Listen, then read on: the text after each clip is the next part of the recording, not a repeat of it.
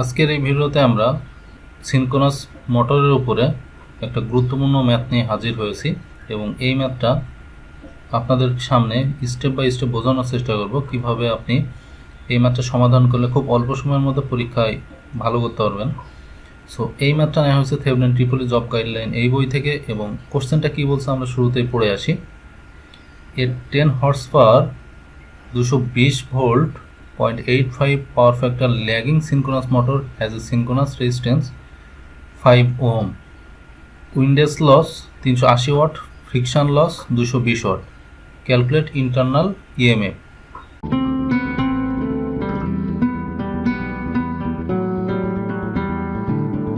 Welcome to my channel diversity 360। ছাত্রছাত্রীদের স্বপ্ন পূরণই আমাদের লক্ষ্য। তিনটি বিষয়ের উপরে আমরা গুরুত্ব দিয়ে থাকি। 1 নম্বর অ্যাডমিশন গাইডলাইন, আপনি অ্যাডমিশনে ভালো ইউনিভার্সিটি চান্স পেতে চান, যেমন ঢাকা ইউনিভার্সিটি, বুয়েট, মেডিকেল, এগুলোর গাইডলাইন ভিডিও আপনি আমাদের চ্যানেলে পাবেন। 2 জব গাইডলাইন, ট্রিপলিতে বিএসসি শেষ করার পরে আপনি হতাশায় ভুগছেন, কীভাবে চাকরির প্রস্তুতি নেবেন, আপনি সবগুলো ভিডিও আমাদের এই প্লেলিস্টে পাবেন। ট্রিপলি কোর্স ওয়াইজ যে ভিডিও, যেমন VLSI lab, VLSI theory, DSP lab থেকে শুরু করে বিভিন্ন ধরনের ভিডিও আমাদের এই চ্যানেলে পাবেন। এজন্য আমার এই চ্যানেলের একটা মাত্র অবজেক্টিভ রেখেছি, তোমাদের সফলতা আমাদের প্রশান্তি। নেগলেক্ট আর্মেচার রেজিস্ট্যান্স, তার মানে কি বলা আছে এখানে, যে ডাটাগুলো ইনফোগুলো বলা আছে আমি জাস্ট এখানে পুট ডাউন করবো রাইট সাইডে। তো শুরুতেই দেখতে পাচ্ছি যে আমার বলছে যে সিনক্রোনাস রিঅ্যাকট্যান্সের কথা বলছে। সো এক্সএস এর ভ্যালু 5, আর আমার বের করতে হবে ইন্টারনাল ইএমএফ। ইন্টারনাল ইএমএফ বলতে হচ্ছে ইএ আর কি, induced EMF. Line to line voltage দেওয়া আছে 220 ভোল্ট, সো সেটা আমি লিখলাম। আর লাইন টু লাইন ভোল্ট থেকে এটাকে ফেজ ভোল্টেজ কনভার্ট করা যায়, তো √3 দিয়ে ভাগ করলে আমি ফেজ ভোল্টেজ পাবো। সো এখন বলতে পারেন যে এখানে কি ওয়াই কানেক্টেড কিছু বলা আছে বা না, এখানে কোনো ওয়াই কানেক্টেড নাই। সো কোশ্চেনে যদি কখনো আপনার ওয়াই কানেক্টেড কি ডেল্টা কানেক্টেড কিছু বলা না থাকে, আপনি বাই ডিফল্ট মনে করবেন সেটা ওয়াই কানেক্টেড আছে, তো ওয়াই কানেক্টেড ধরে আপনি ক্যালকুলেশন করলেও চলবে। সো সেটাই করছি আমি। ওয়াই কানেক্টেডের চিন্তা করলে লাইন ভোল্টেজ আর ফেজ ভোল্টেজ কিন্তু ডিফারেন্ট। সো এ কারণে আমি ফেজ ভোল্টেজ বের করার জন্য লাইন ভোল্টেজকে √3 দ্বারা ভাগ করছি, করে আমরা ফেজ ভোল্টেজ কিন্তু পেয়ে গেছি এখানে 127 ভোল্ট। এখন আরও কিছু কথা এখানে বলছে যে পাওয়ার ফ্যাক্টর হচ্ছে 0.85 ল্যাগিং। So cos θ = 0.85 lagging.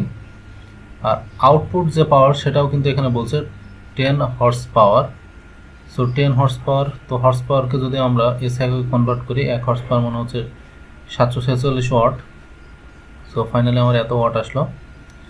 আর কিছু লস এখানে দেওয়া আছে, একটা হচ্ছে উইন্ডেজ লস, সেটা হচ্ছে 380 ওয়াট, আর ফ্রিকশন লস 220 ওয়াট। সো সেই লসগুলোও এখানে আমি ইনপুট করে নিয়েছি। সো এখন আমার ক্যালকুলেশনের পালা। সো কোশ্চেনে আমাকে বলছে যে ইন্টারনাল ইএমএফ বের করতে। সো ইন্টারনাল ইএমএফ এর ফর্মুলা যদি আমরা এটা দেখি, ইএ = V5 - JXS-IR। সো এখন এই ই এর ফর্মুলাটা কিভাবে আসলো এটা যদি বুঝতে হয়, তাহলে আপনার সিনক্রোনাস যে মোটরের তার বেসিক যে ডায়াগ্রাম, সেই ডায়াগ্রামে চলে যেতে হবে। সো এখানে আমি শুরুতে দেখানোর চেষ্টা করছি যে সিনক্রোনাস মোটরের এটা একটা সার্কিট ডায়াগ্রাম। এই প্রশ্নটাকে আমরা বলছি ফিল্ড সার্কিট, আর এটাকে বলছি আমরা armature circuit. So field circuit এবং আর্মেচার সার্কিটের মধ্যে জাস্ট একটা রিলেশনশিপ আছে, বাট আর ফিল্ড সার্কিটের উপরে আমার অত নজর নাই। সো আর্মেচার সার্কিট থেকে আমি আসলে ইয়ের যে ইকুয়েশন সেটা বের করতে পারবো। সো কারেন্টের ডিরেকশন যদি এদিকে হয়, তাহলে আপনি একটা লুপ চালান, তাহলেই বুঝতে পারবেন যে, অথবা নর্মালি থিঙ্কিং করেন যে এই ভোল্টেজটার মান সবচেয়ে বেশি, কারণ কারেন্ট যেহেতু এই ভোল্টেজের দিক থেকে এই দিকে যাচ্ছে। সো এই ভোল্টেজটা = টোটাল এই ভোল্টেজগুলোর যোগফলের সমান। সো এজন্য ইএ প্লাস এগুলোর অ্যাক্রসে যে ভোল্টেজ ড্রপ সেটা লিখছি। ফেজ ভোল্টেজ V5 = যদি এটা হয়, তাহলে ই এর ভ্যালু এখন কি হবে বলেন তো। এখানে এই ফুল পোর্শন টুককে যদি আপনি এই পাশে নিয়ে যান, নিয়ে গেলে তাহলে ইএ = বলতে পারবো এই ভি ফেজ সেখান থেকে বাদ দিব IAJX। সো এজন্যই আমি যখন ইএ ক্যালকুলেট করতে গেছি, তখন ফর্মুলাটা এভাবে কেন লিখলাম, একটু আগে আমি সার্কিট ডায়াগ্রাম থেকে দেখা আসলাম যে ইএ = V5 - JXS-IA হবে। এখন বলতে পারেন যে রেজিস্ট্যান্সের অ্যাক্রসে যে ভোল্টেজ ড্রপ ওটা কেন বাদ দিলেন, কারণ ওই ভ্যালুটা নেগলেক্ট করতে বলছে আমার কোশ্চেনটা যদি ভালো করে পড়েন যে নেগলেক্ট আর্মেচার রেজিস্ট্যান্স। তো অনেক সময় কোশ্চেনে এটা বলে দেয়, আবার বলে দেয় না। তো এখানে যদি আপনার আর এর কোনো ডাটা না দেওয়া থাকে তাহলে আপনার আর এরটা নেগলেক্ট করতে পারেন আপনি। সো এজন্য আমার এই পোর্শনটুকু আসলো। এখন এখানে আরও একটা ব্যাপার যে ভি ফেজের ভ্যালু আমি জানি, ফেজ ভোল্টেজের ভ্যালু জানি, এক্সেসের ভ্যালু আমি জানি, রিঅ্যাক্টেন্স যেটা, কিন্তু আয়ের ভ্যালুকে আমি জানি না, আয়ের ভ্যালু জানি না। সো আয়ের ভ্যালু বের করতে হবে। সো আয়ের ভ্যালু যদি বের করতে হয় তাহলে আমি P input is equal to √3 VL IL কস্তাটা এই ফর্মুলাটা ইউজ করব। হ্যাঁ, সো এখানে ভিএল আইএল মানে হচ্ছে লাইন ভোল্টেজের কথা বলা হচ্ছে, আর ইনপুট যে পাওয়ার সেটা কিন্তু টোটাল এই পাওয়ারগুলোর যোগফল। কারণ একটা মোটরের যে পরিমাণ ইনপুট পাওয়ার দিচ্ছে তার একটা অংশ আউটপুটে যাবে, বাকি অংশ লস হিসেবে যাবে। তো এখানে লস তো আসলে দুটো লস দেওয়া আছে, ফ্রিকশন লস আর উইন্ডেজ লস। সো আমি যদি এখানে বসানোর চেষ্টা করি, আউটপুট যে পাওয়ার সেটা দেওয়া আছে, এটা এখানে বসাইলাম, উইন্ডোজ লস দেওয়া আছে 380 এবং ফ্রিকশন লস দেওয়া আছে 220। সো ফাইনালি ক্যালকুলেশন করার পরে এখানে আরও একটা দেখেন লাইন ভোল্টেজ দেওয়া আছে কিন্তু 220, সেটা বসাইলাম। আর লাইন যে কারেন্ট সেটা কিন্তু আমার বের করতে হবে। আর লাইন কারেন্ট মানে এখানে আমাদের কিন্তু আর্মেচার কারেন্ট।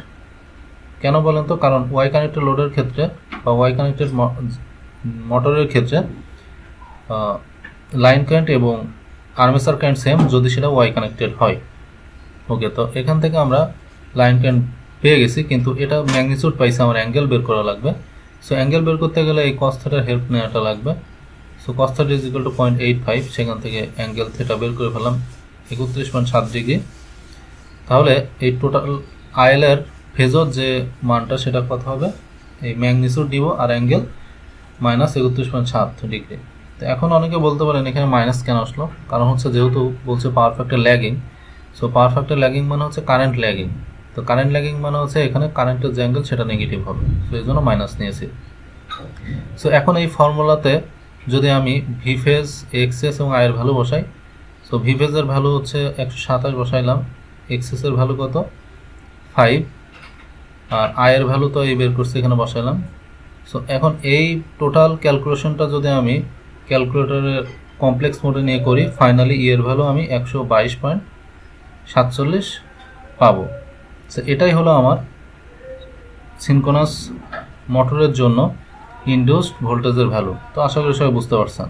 আপনি যদি আমার এই চ্যানেলে নতুন হয়ে থাকেন অবশ্যই সাবস্ক্রাইব করবেন এবং পাশের বেল আইকনটি প্রেস করবেন, কারণ আমি যখনই নতুন ভিডিও ইউটিউবে আপলোড দিব আপনি সাথে সাথেই ভিডিওটা দেখে নিতে পারবেন, আপনি আপনার প্রস্তুতিটাকে অনেকটা স্ট্রং করে ফেলতে পারবেন।